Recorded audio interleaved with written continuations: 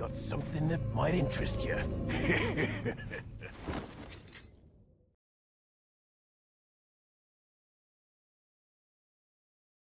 Muy buenas gente, yo os doy la bienvenida a Ship Factory, esta sección recientemente estrenada en el canal donde traemos explicados especiales orientados a los shipeos o las relaciones de interacción entre dos o más personajes.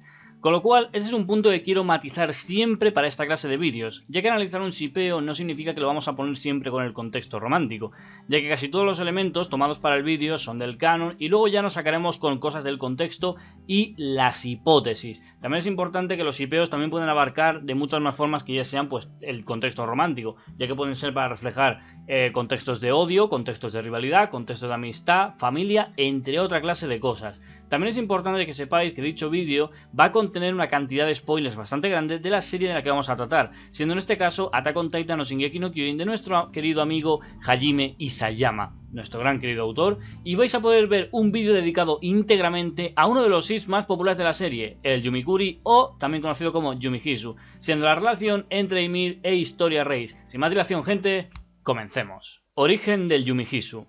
Ahora vamos a ver lo que sería, digamos, el pasado de ambas chicas antes de matizar en lo que sería la historia principal del Yumihisu como tal.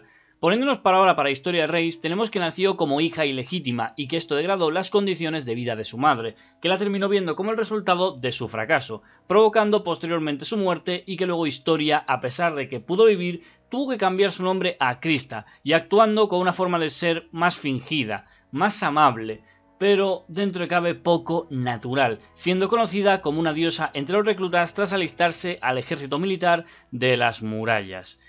Si nos ponemos para Ymir, tenemos que ella tampoco tuvo una vida agraciada. Ella nació algunas décadas antes de que naciera Historia, ya entenderéis el porqué de esto, viviendo en un lugar apartado fuera de la isla, como una huérfana que fue acogida por un culto, convirtiéndola en un objeto de adoración con fines desconocidos en su totalidad. Aunque más o menos nos podemos intuir para qué era casi todo, sabemos que querían buscar de alguna forma expandir el mensaje de los erdianos, hasta que fueron descubiertos por las autoridades marleyanas. Ymir intentó ser de ayuda, pero resulta que esto la convirtió en un mayor detonante, siendo arrestada y luego apedreada por la multitud, además de ser odiada y luego ser llevada a la isla para ser convertida en titán, donde pasó décadas sufriendo mientras no podía hacer otra cosa que vagar por esas tierras hasta que tuvo un golpe de suerte, ya que después de que se cruzase accidentalmente con uno de los guerreros de Marley, pudo ser capaz de devorarlo ya que uno se sacrificó por salvar al otro, consiguiendo de esta forma uno de los poderes de los titanes, recuperando su forma humana, y con esto Ymir, la cual tenía un cuerpo de adolescente, después de pasar 60 años, pues pudo recuperar básicamente la misma esencia de su cuerpo original. Básicamente es como que su edad en su cuerpo no cambió, pero en sí ha vivido 60 años, solo que los ha vivido como titán. De ahí el por qué Ymir técnicamente tendría 70 y pico años comparados a Historia en el sentido cronológico, pero no en el biológico. Así de esta forma se entiende. Luego, más adelante, cuando Ymir pues logró, digamos, llegar a las murallas, ella tuvo que vivir pues de la forma más complicada posible, teniendo en cuenta que no tenía nada, ya que en lo que se nos muestra por pocas escenas de ellas, sabemos de que Ymir pues estuvo robando, estafando, golpeando, todo para poder vivir de la única forma en la que podía, hasta que digamos que tuvo otro golpe de suerte, sí, el segundo, ya tiene más suerte que el propio Reiner, donde digamos que tuvo la suerte de conocer información acerca de Historia Reis, mostrando cierto interés en ella y que se convirtió en su nueva motivación, infiltrándose en el ejército para poder conocerla y quizás con ello conseguir algún beneficio para sí misma. Es importante ahora, antes de saltar al siguiente punto, de que esto es una versión muy resumida de las dos historias de los personajes, porque si no el vídeo me acabaría durando muchísimo. Y teniendo en cuenta que esto es más en relación al shipeo y no un explicado para el personaje, pues he querido simplemente sacar los detalles más importantes. Lo digo para que lo tengáis en cuenta porque seguramente me he dejado detalles y obviamente pues no puedo abarcarlo todo. Así que pasemos al segundo. La historia del Yumihisu. En mi opinión, chicos, el Yumihisu es una relación bastante curiosa, un shipeo de estos que puedo considerar que son engañosos, y no engañosos en el sentido que quizás estéis pensando, sino digamos en el punto de que no te esperas cómo va a desarrollarse ni el impacto que va a suponer en la trama. Y es que, aunque la historia está presentada desde bien temprano, bueno, por decirlo de una manera cuando ya conoces a los personajes, En realidad esta relación es vista como de dos personajes secundarios que ni siquiera tienen trasfondo, porque realmente tanto de Ymir como de Historia no sueles conocer realmente mucho de ellas hasta tiempo después. Es por eso que este shipeo se mantiene pues digamos pues como algo externo o algo extra para la trama que no sientes que vaya a aportar demasiado. Pero resulta que el Yumihisu, aunque no tenga una relevancia protagónica hasta el quinto arco argumental de la serie, que es cuando llega el Titán Bestia, es entonces cuando justamente tenemos revelaciones importantes de ambas, ya que sabemos de que Historia Reis pertenece a la auténtica realeza de las murallas, siendo la heredera al trono, mientras que en el caso de Ymir se descubre que ella es el titán Mandíbula, que arrebató por casualidad a uno de los guerreros de Marley y teniendo ella que desvelar esa identidad y poder para poder salvar a Historia y a los demás. Sabemos que cuando Reiner y Bertolt revelaron sus identidades como Titán Blindado y Titán Colosal, Ymir fue capturada por estos, e Historia se fue en un equipo para poder rescatarla, pero cuando por fin se reencontraron, Ymir se tragó a Historia llevándosela viva, porque ella sabía que si se la entregaba a Marley quizás podría vivir, pero al final todo esto era como una especie de duelo moral y emocional porque ella en realidad no quería entregar a Historia, y después de que Historia le dijo que ella va siempre a ser su amiga y estar con ella, Ymir digamos que dejó de lado el aliarse con los guerreros y se mantuvo con una posición algo neutral, queriendo estar solamente con Historia. Esto se pudo ver en ese punto en el que Ymir estaba que no sabía si debería apoyar a los guerreros para poder escapar o ayudar a la legión, pero ella siempre se mantuvo al lado de Historia para enfrentar a esos titanes. Y cuando estábamos en la desesperación máxima, Eren logró utilizar el titán fundador, e Ymir vio que había una esperanza en la humanidad y en estas murallas, dejando Historia bajo la protección de Eren Jaeger y la legión, sabiendo que ella tenía que expiar los pecados y las acciones que cometió, porque recordad que si los guerreros regresaban con las manos vacías sin nada, pues hubiese habido un castigo bastante fuerte. Así que Ymir pues logró digamos ayudar y compensar los errores que hizo marchándose con Reiner y Berthold. Y aunque no supimos de Ymir hasta mucho después, sabemos que Historia sufrió mucho en el siguiente arco porque fue dejada atrás por ella, sin llegar a entender realmente sus motivos, pero ella quería hacer algo, y gracias a las cosas que fue aprendiendo de Ymir, empezó a tomar decisiones más por su propia cuenta, ya como Historia y no como Krista, siendo que una de las elecciones más importantes de su personaje fue cuando decidió confiar y ayudar a Eren Jaeger para salvar su vida, así como ser reina para ayudar a los más desfavorecidos. Después de que terminase la guerra de Singasina, supimos gracias a una carta que escribió bajo la supervisión de Reiner, ya que obviamente pues este debía intentar que no se desvelase más información de la cuenta, así que es normal que Reiner estuviese controlando lo que iba realmente a poner Ymir en la carta, y que seguramente la fue leyendo después. Donde ella, en esta carta, estaba contando su vida, sus experiencias, además de sus sentimientos, queriendo que llegara esta carta hacia Historia. Pero aquí es cuando viene algo que no sé si es un agujero de guión, pero lo considero bastante extraño. Es que nunca se pudo saber cómo iba a hacer Reiner realmente para entregar esta carta si en realidad los iban a matar esa misma guerra. Porque recordemos que en la guerra de Singasina la carta solamente se sabe de su existencia cuando ya han acabado con Reiner. Entonces, ¿en qué momento Reiner tenías pensado entregar la carta? ¿Antes o después de sobrevivir? Y si los hubieses matado a todos, ¿cómo es esto? ¿Invades la isla y antes de que secuestren a Historia le haces leer esa carta? ¿Cómo funciona esto? Porque a menos que el recipiente metálico que contenía todas las hojas, porque no era solo una carta, eran varias hojas puestas en un recipiente metálico, ¿vale? Y el caso es que todas estas hojas estaban puestas en un recipiente metálico que tenía que estar hecho seguramente de adamantium, porque recordemos una cosa, cuando Mikasa enfrentó a Reiner, le metió una lanza relámpago por la boca y este salió por la nuca. Es decir, me estás diciendo que la lanza relámpago le impactó en la zona del pecho, donde estaba justamente el recipiente metálico, creo recordar, porque según recuerdo creo que estaba por el bolsillo de allí, y sin importar en qué bolsillo estaba, le tuvo que dar lanzar relámpago tanto por delante como por detrás. Entonces la única explicación posible es que porque Reiner tuvo células de Hashirama y de un Nokia de los 80, podría explicarse coherentemente esto. ¿Ves si Sayama como no es tan difícil? Pero bueno, volviendo al Yumihisu, Historia ya siendo reina, se nos mostró leyendo el mensaje que le dejó Ymir, y esto se mostró como que parecía faltar algo más. Entonces fue cuando le preguntaron si por un casual Ymir habría dejado alguna clase de mensaje oculto porque sabía que estaba siendo vigilada, pero Historia sabía que Ymir no era de la clase de personas que pondría un mensaje oculto, y entonces sabemos de que la reina derramó lágrimas al saber que nunca volvería a ver más a la persona más importante de su vida, porque cuando ella estaba leyendo sus sentimientos y sus últimas palabras, Ymir ya había fallecido, teniendo por desgracia que contener ese sufrimiento por la llegada de los héroes de Singasina. Pero lo que sabemos que es probable es que ella llorara más tarde en un lugar donde nadie la pudiera ver. Nos vamos ahora, chicos, a los datos de Historia e Ymir, y es que en mi punto de vista, aparte de que es uno de los 6 más populares de Attack on Titan, hay bastantes datos importantes a sacar de las dos chicas, más allá de lo que se ve en el canon de la serie y demás cosas, y datos importantes y curiosidades para compartir. Si alguno conoce alguna cosilla más que me he dejado en este apartado, me lo puede por favor comentar. Y dejarlo en la caja de comentarios, obviamente. Así que nos vamos a ir a estas cosillas. La primera sería que Historia, si os fijáis, desarrolló una personalidad de Krista, posiblemente basándose, puede que de forma inconsciente, o porque quizás era lo que creyó, en Ymir Fritz. Porque recordad que Frieda le dijo que tenía que ser ella una dama como Ymir Fritz, es decir, una persona amable, que se fuera devota a los demás. Pero aunque Frieda le borrase los recuerdos, en teoría, Historia no sabía que había pasado tiempo con Frieda. Pero me pregunto si los momentos de leer el libro se le quedaron en su mente, porque justamente el papel que estaba haciendo de Krista Lenz es una forma de imitar a Ymir Fritz, a cómo se creía que era ella en los tiempos en los que estaba viva. Y luego tenemos que Ymir, curiosamente, le dieron su nombre en base a la propia Ymir Fritz también, valga la redundancia, y que su papel era como una especie de ser una sustituta de la antigua. Vamos, que básicamente tanto Ymir como Historia han estado interpretando el mismo papel, el papel de una Ymir Fritz que nadie sabía realmente cómo era.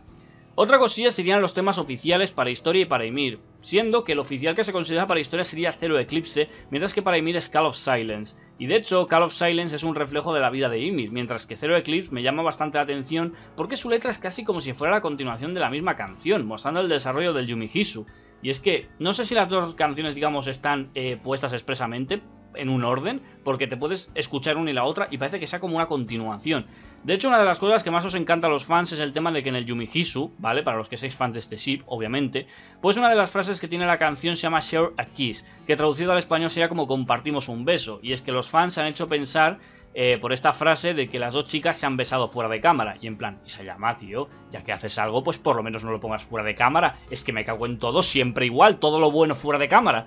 Pero bueno, en sí, siendo un poco pues más coherente y lógico, a ver, yo de lo que puedo pensar es que estas dos chicas, ¿vale? En la serie sí que se mostraba que había sentimientos mutuos. Al menos por parte de Ymir estaba clarísimo. Por parte de Historia quiero pensar que tiempo después, con el desarrollo que se nos fue mostrando y el tema de lo importante que es para ella, sí que puedo pensar que tenían sentimientos. Pero el hecho de que llegasen a ser una pareja de forma oficial, porque no confundáis, no es lo mismo que dos personas se gusten a que dos personas sean pareja. Yo me sé lo que pienso en la serie, se nos dio a entender de que las dos se gustaban, pero que nunca llegaron a ser una pareja de forma oficial. Al menos en lo que se nos da a entender. De hecho, en ningún spin-off ni siquiera se nos pone este dato.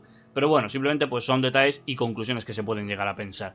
El hecho de que si se hayan besado, yo consideraría que si pasara algo así, tendría que haber sido en el momento que estaban pues perdidas en la nieve, cuando se quedaron a solas. Es el único momento en el que pienso que podría haber sido, digamos, canon el beso, pero claro, fue fuera de cámara. ¿Por qué? Pues porque el autor dijo que estas cosas le daba vergüenza ponerlas porque luego costaba desarrollarlas. Pero bueno, pasemos al siguiente punto, y es que este lo considero un poco extraño. Sí, es un poco extraño. Sé que quizás no tenga demasiado que ver, pero lo voy a compartir igual porque la gente es muy curiosa. Y es que en el contenido gaming, en los juegos de Attack on Titan, ¿vale? Que salieron para las consolas de plataforma, pues resulta de que Ymir es de las chicas que más busto posee en la serie. Sí, literalmente. O sea, es de las que más magumbos grandes tienen la serie, al menos en los juegos. Porque esto, o sea, he hecho una comparativa, he hecho una investigación comparada. De hecho, es que supera a Mikasa y a Sasha. Quiero pensar que por el diseño de algunos personajes realmente no tengan la talla real, que simplemente pues porque las ropas sean en plan más ajustadas, más comprimidas, o yo que sé. Pero en el caso de Ymir directamente es que se muestra tal cual. Y esto resulta que es paradójico, porque en el spin-off de Chugakou Junior High, que es historia las que más busto posee directamente en la serie. De hecho está más o menos como Annie, como se nos muestra allí. Y esto es una cosa curiosa, porque el spin-off de Chugakou está diseñado y está creado, mejor dicho, por un amigo de Hajime Isayama. Entonces, no sé si es que simplemente alguno es fan de una cosa o de otra, pero el cambio del diseño físico, pues me llama la atención. Curioso, pero bueno, lo dejo aquí. El cuarto punto es uno de los que más, digamos, encantó a este shipeo, y es que George Wada, uno de los productores de Attack on Titan, respondió que la relación entre Historia y Ymir era canon, confirmando que las dos chicas eran pareja. Sin embargo, en la serie oficial, como estaba diciendo antes, nunca se dijo nada de esto, y de hecho también se señaló de que la respuesta oficial tenía que venir del propio Isayama, porque una cosa es que alguien que trabaje para el proyecto, el equipo, diga, pues estos dos personajes tienen algo, y otra cosa es que te lo diga el autor, porque lo que diga el autor es lo oficial, quieras o no, aunque el productor Josh Wada haya dicho, que esto sea canon, ¿vale? Que el Yumihisu sea canon. Digo, vale, o sea, si es canon quizás es por su percepción o porque ha hablado, pero normalmente esta clase de cosas la suele tener que confirmar el autor. Así que la respuesta, como el autor no se quiso mojar ni dijo nada, entonces yo puedo pensar que esto queda como bastante en abierto, pero es que sí que hay indicios en la serie claros de que hay sentimientos mutuos, sobre todo en el final del desarrollo del Yumihisu. Pero bueno, al final Hajime, pues, entre una cosa y otra, se ha ido desarrollando la trama de diferentes formas. Y ya lo último sería de que Ymir tenía muy claro que quería casarse con Historia, y de hecho esta frase fue utilizada como meme por el spin-off de Junior High. Sí, sé que estoy utilizando muchísimo los spin-offs, pero es que a fin de cuentas ha mostrado aquí mucho más desarrollo que en el propio canon. Y de hecho, esta frase de cuando termine esto, cásate conmigo, después de comer, cásate conmigo, después de ir a cagar, cásate conmigo, esa frase se utilizaba como una coletilla para todo. Entonces, Historia dentro de cabe, pues esta frase no se la tomaba en serio. A ver, obviamente porque la serie es de humor y busca también hacer reír, pero es que no puede ser tan tonta la rubia de que le digan cásate conmigo y que no te empanes. Es decir, si esto me lo hacen me lo creo, pero Historia, tío, no puede ser tan idiota. Entonces, viendo todo esto, yo puedo pensar que cuando Ymir le decía en el canon esta frase, yo creo que ella al final sí que se vio entender lo que era real, en plan, no es tan difícil, o sea, vale que te lo diga ya como en plan coña, pero es en plan, en algún momento pues ella tendría que haberse dado cuenta. Y viendo las cosas que te he puesto en el punto anterior, pues yo creo que esto queda bastante reflejado así. Ya para concluir el vídeo, chicos, nos vamos ya con lo último. Y es que ya esto sería pues ya la opinión final y todo lo que hemos hecho del análisis. Quizás el vídeo haya quedado algo corto porque esto realmente lo estoy grabando por partes, así que no es realmente lo que ha ocupado. Si ha ocupado como los anteriores, pues estoy feliz, porque así los que sean fans estarán más entretenidos.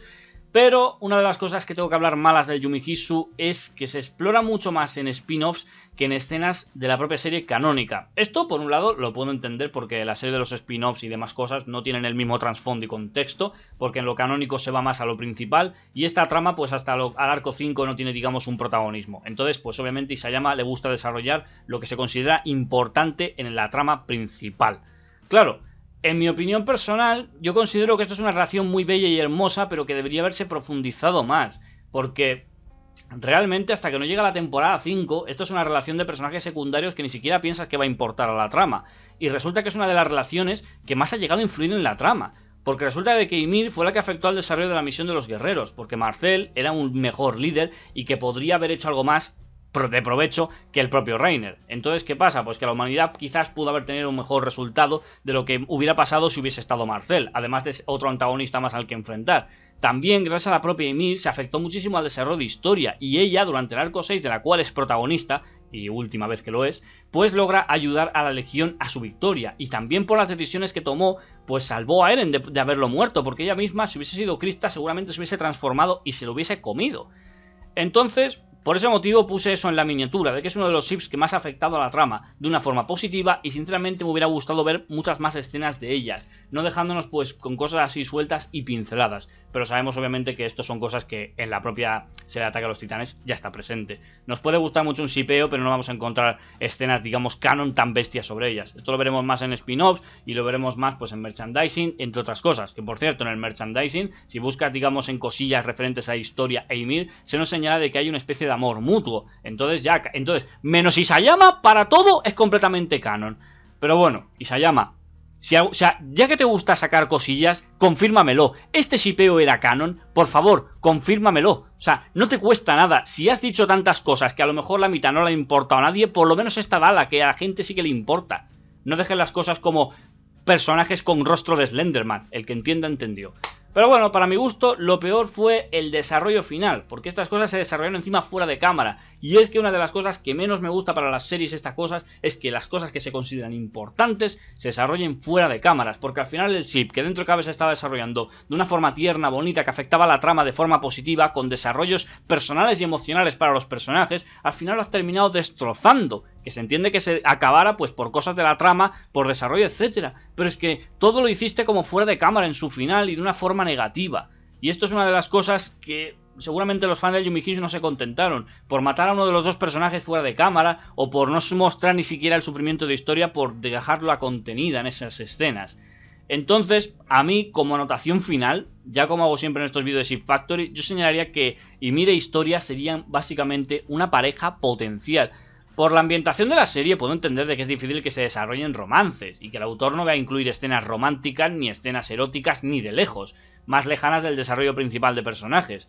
Pero Historia y Mii se complementan bastante bien. Las dos son muy diferentes y opuestas, pero de hecho se han demostrado que pueden cuidarse y estar pendientes la una de la otra. Y sobre todo, que las dos chicas cambiaron su forma de ser a mejor por los sentimientos que tenían la una a la otra. Porque recordemos que Ymir es muy independiente y se la sudaba todo. Y realmente era el punto de que quería aprovecharse de Historia a su favor y al final terminó, digamos, sacrificándose por ello. O sea, para que veáis cómo es todo esto.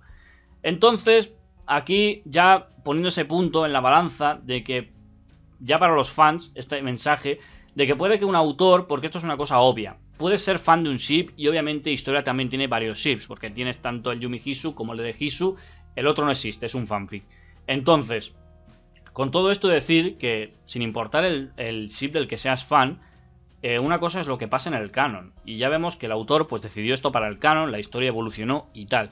Pero un fan, que puede siempre ir más allá del canon, este ship va a seguir vivo para ellos. Entonces, todos los que seáis fan del Yumi Hisu, podéis ir a buscar cualquier historia o fanfic para contentaros. Y os digo que hay unas cuantas que son preciosas. De hecho, leí una que es bonita. Es que es bonita. Y lo mejor de todo es que me encantan escenas en las que expresan el romance y no tienen que acabar todas en sexo. Es que es buenísimo. Yo os recomiendo que veáis. Si algún día la llego a encontrar, la pondré aquí en el enlace. Si no, tendríais que buscarla, creo que en tu manga online, y la podréis encontrar seguro. Me parece que hay un par o tres. Y son bonitas y buenísimas. Espero, chicos, que el vídeo os haya gustado y que hayáis disfrutado con las escenas del Yumi Hisu que he ido incluyendo para este vídeo de la Ship Factory. Muchas gracias por el apoyo, muy buenas y hasta la próxima.